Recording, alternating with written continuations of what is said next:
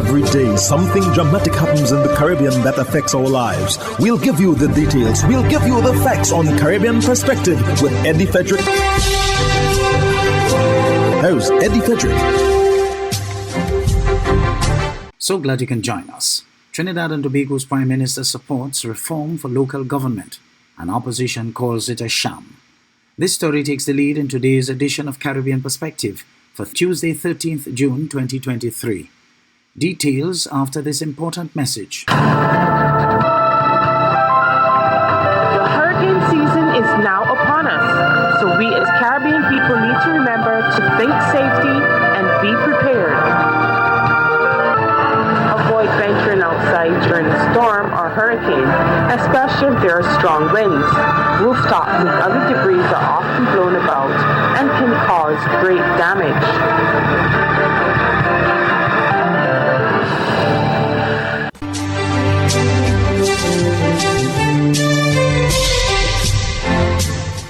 Welcome back. Trinidad and Tobago's Prime Minister Dr. Keith Rowley believes that regional corporations must be able to hire and fire the people who work for them and be responsible to their burgesses. More in this TTT News item. Prime Minister Dr. Keith Rowley believes that regional corporations must be able to hire and fire the people who work for them and be responsible to their burgesses. Speaking at the opening of the Diego Martin Administrative Complex on Saturday, Dr. Rowley raised the issue of garbage collection, which poses a serious challenge in the constituency. He said garbage collection contractors should report to the corporations. However, at present, the corporations are not in control of garbage collection. When your garbage piles up outside the road and you call the MP, the most the MP could do is call back the same corporation and say, try and see if you could get the CEO to beg the contractor to pick up the garbage up in Scorpion.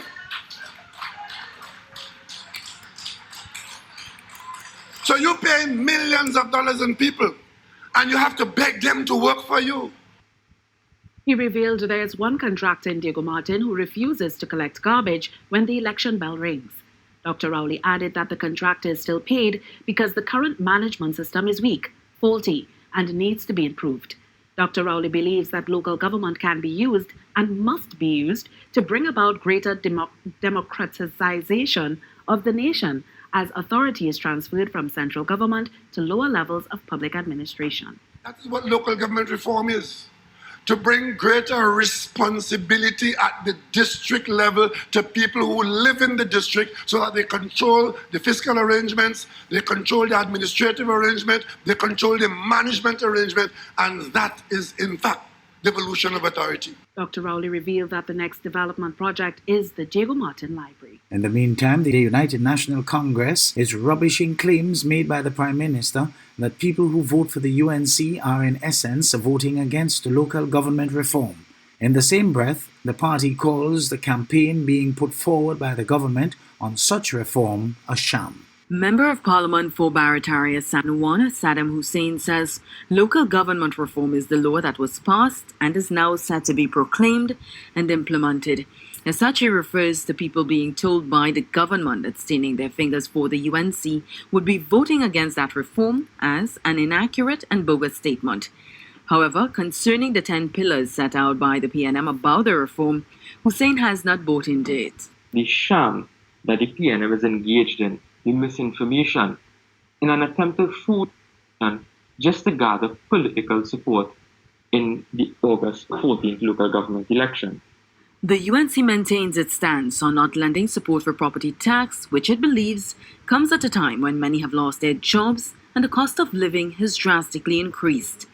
Why don't you look at different regional corporations to see if we could incorporate local tourism to diversify those particular bodies? He further contends that statements on property tax being used to fund municipal corporations aren't entirely accurate, as he points to agricultural, residential, industrial, and commercial categories of land for taxation. The only category will be going towards local government will be residential taxes, and that is at a percentage of 3%. Now, when you look at the estimated revenue in the yellow books, the government estimated to collect $50 million in property tax for fiscal 2023. When you do the math, that means each corporation is going to get $3.5 million. Hussein refers to it as meager in terms of funding the reform, and he questions why revenue from other categories of property tax is not being used instead. But there is also another aspect he has a problem with. Statements that regional corporations would have full autonomy, with comparisons being made to the Tobago House of Assembly. According to the MP, the pieces of legislation governing the two entities are far different from each other. The Minister of Finance will be the one who has autonomy over these corporations. So it's not autonomy, it's not decentralization and giving the local governments authority. It's giving the Minister of Finance financial autonomy over these corporations. He notes that the finance minister's approval would be needed for the following: review of the organizational structure, getting international donor grants or technical support, and the budget and supplementary budget. Where there's surpluses, how that money is to be spent. Section 113, authorization of audits by the Minister of Finance.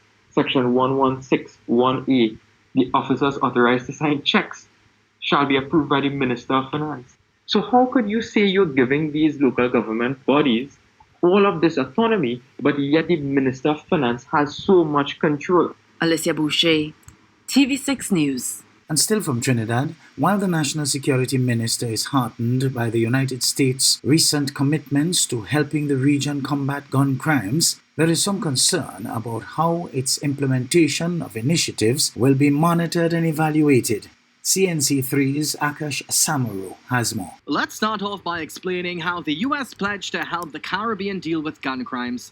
A portion of the $100 million will go towards strengthening prosecutions through training, mentorship, and legislation, as well as support for the recently established Crime Gun Intelligence Unit, which is a regional body headquartered in Trinidad and Tobago. And this country's National Security Minister told CNC3 News that he's heartened by the assistance, saying this will bolster the Caribbean's fight against illegal guns. Minister Hines said this should quiet the opposition UNC, which called the recent crime symposium a waste of time.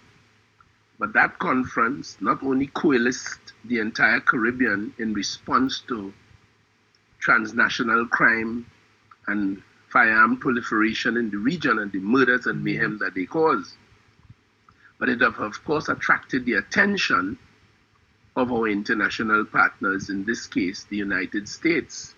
But criminologist Professor Ramesh Deosaran believes the United States must also remember that a lot of the guns come from their country, and there needs to be a focus on cutting off the supply from their end. Furthermore, Professor Deosaran believes the country and region should be provided with timelines for what this aid is meant to accomplish. In what period do you expect results? And otherwise, it will just flag down. We have had Caribbean-based initiatives before. We have all kind of financially backed initiatives, and we're still waiting on the positive results. That sentiment is being echoed by economist Dr. Marlin Atz. Speaking with CNC3 News, Dr. Atz said there needs to be monitoring and evaluation in order for the public to see that financial investments are yielding results. And that return, she believes, should be better detection and clearance rates, improved response times, and building public trust in the police service. Akash Samaru, CNC3 News.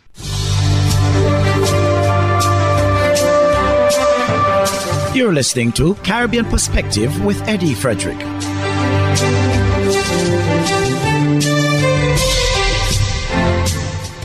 Antigua and Barbuda has welcomed another high-level United Nations official, Under Secretary General for the Department of Economic and Social Affairs, Lee Junhua. Mr. Lee was in Antigua as part of preparations for the single largest global gathering to be hosted in Antigua and Barbuda in just about a year's time.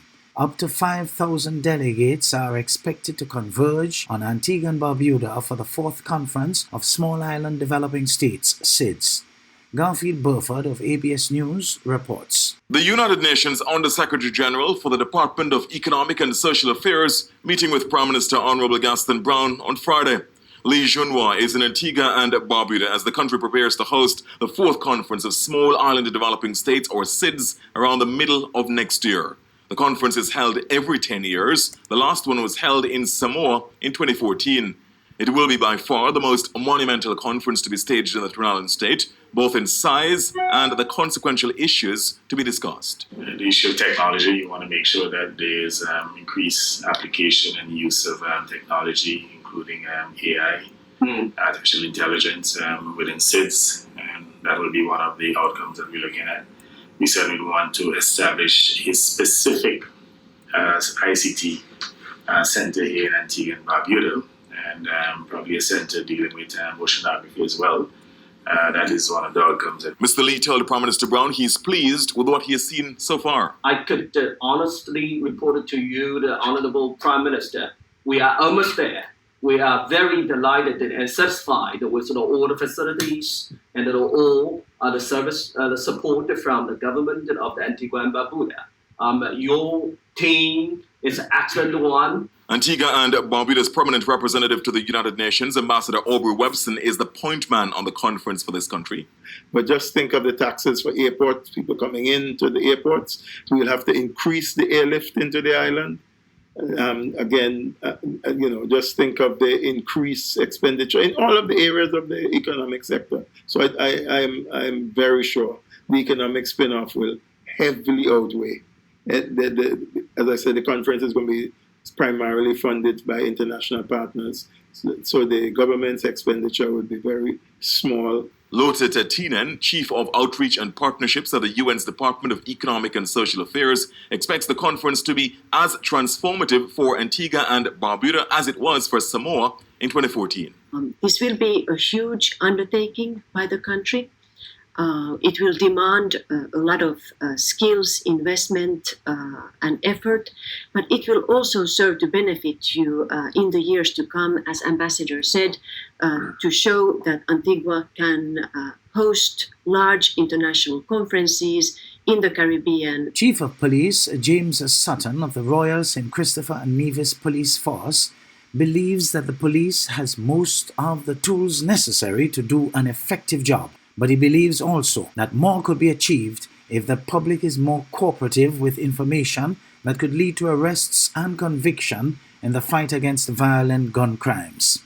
Glenn Bart of SKN Newsline reports. Speaking at a recent press conference, the Chief of Police commented on the readiness and capability of the investigative and forensic units, while indicating that fighting crime and violence must incorporate all stakeholders. The investigative unit and the forensic unit are fully ready, but the police can only do as much, because even though you have the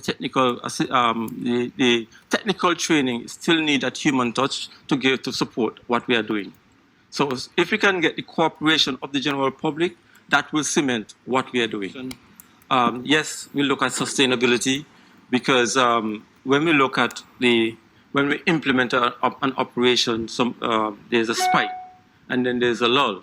But what we are doing from a policing standpoint is to have the community engagement in our operations at this time, because the police will not be out there 24 hours. So we are seeking the partnership of the community in many of our initiatives.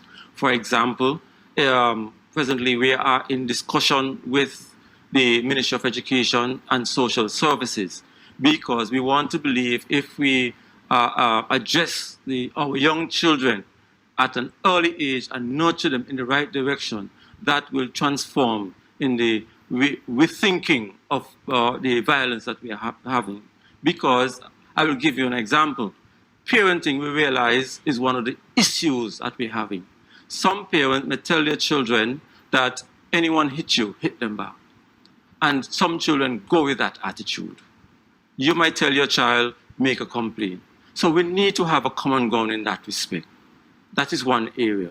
We also look at the program, the alternative pathway, because we believe that if you teach a person, if you train a person to support themselves, they will become independent persons. We look at the programs that are happening in the prison for persons who are afraid of the law, education. So we are looking at it in its greater entirety, and not solely on the police. So we are spreading out. We are looking for partnership in this regard. Sutton reported that there will be closer collaboration with Customs and the Coast Guard in the attempt to stem the flow of illegal firearms into the country. Glenn Bart reporting for SK Newsline. Hubbard's is once again innovating the way you shop with its new online store, providing 24-hour shopping convenience. You can shop now for appliances, hardware, houseware, building material, and more. Free delivery island-wide. Start shopping now at hubbardshardware.gd. Safe, convenient, reliable.